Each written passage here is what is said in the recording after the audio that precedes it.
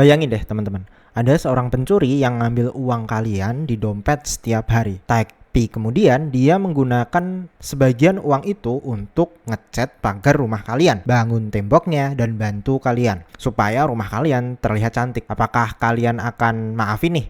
Atau justru malah ngomong makasih? Fenomena itu terjadi di salah satu kota di Jawa Timur, yaitu Madiun. Sedangkan di kota yang lain, yaitu Pati, warganya malah syukuran nih karena wali kotanya diduga melakukan korupsi dan ketangkap KPK.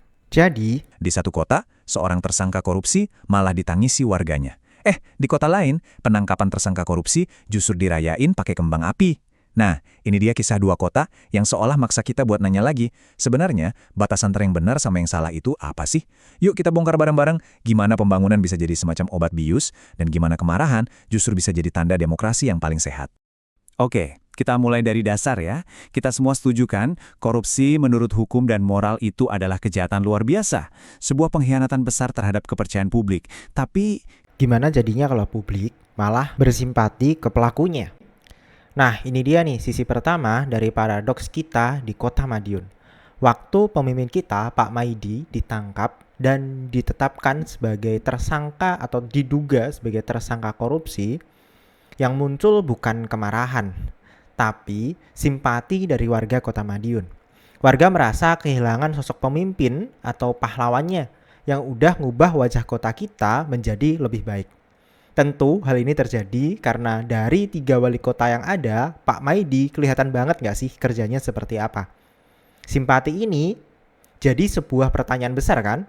Yes, beliau udah kerja dengan lebih baik. Tapi kok diduga melakukan korupsi ya?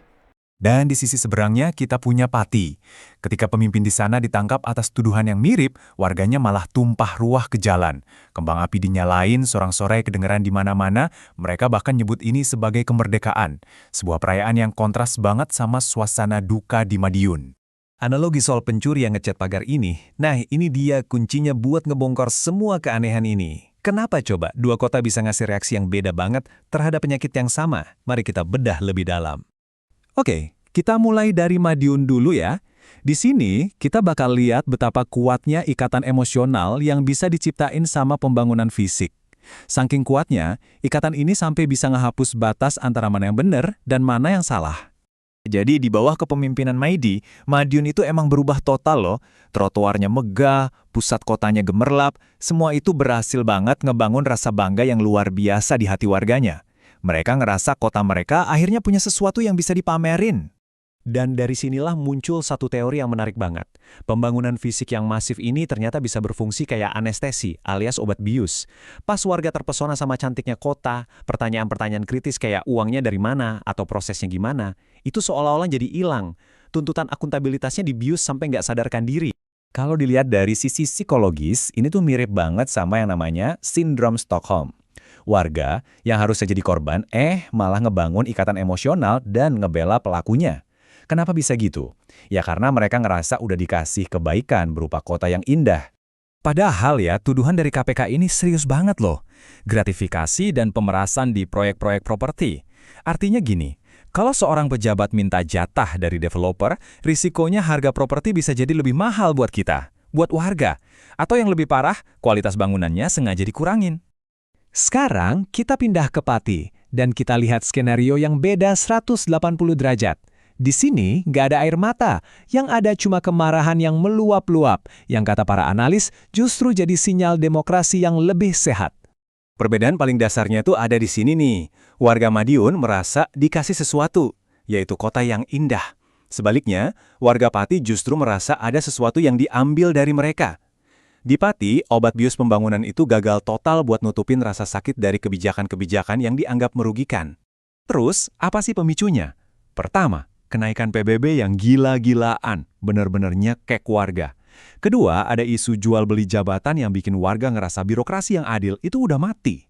Nah, tanpa adanya hadiah berupa trotoar-trotoar cantik, semua kebijakan ini jadi terasa sakit banget. Perayaan pakai kembang api di Pati itu bisa kita sebut sebagai sebuah katarsis sosial. Itu adalah ledakan emosi kolektif yang udah lama banget dipendam.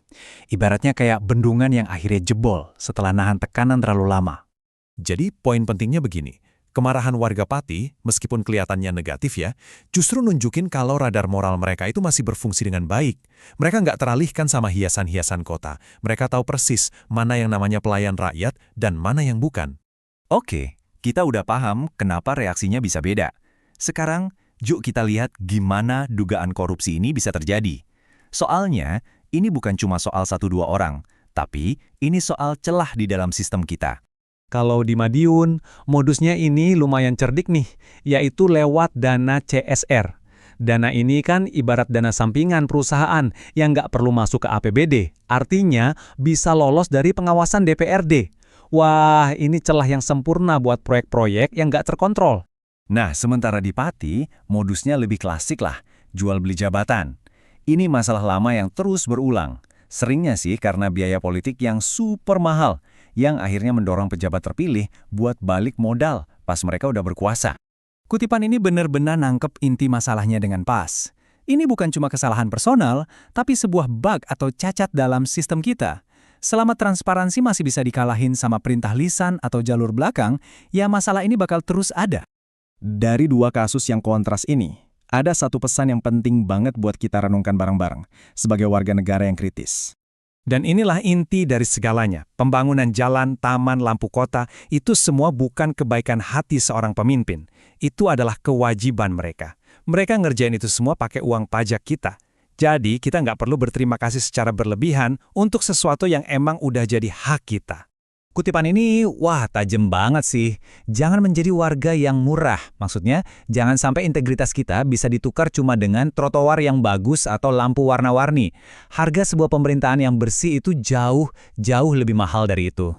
Jadi, ada 3 pelajaran penting yang bisa kita ambil. Madiun itu sebuah peringatan, Pati itu sebuah pengingat, dan kesimpulannya nggak akan pernah berubah. Korupsi ya tetap korupsi, nggak peduli sebagus dan semegah apapun trotoar yang dibangun. Nah, pertanyaan terakhir ini khusus untuk Anda renungkan. Setelah kita lihat 2 sisi dari paradoks ini, di posisi mana Anda berdiri?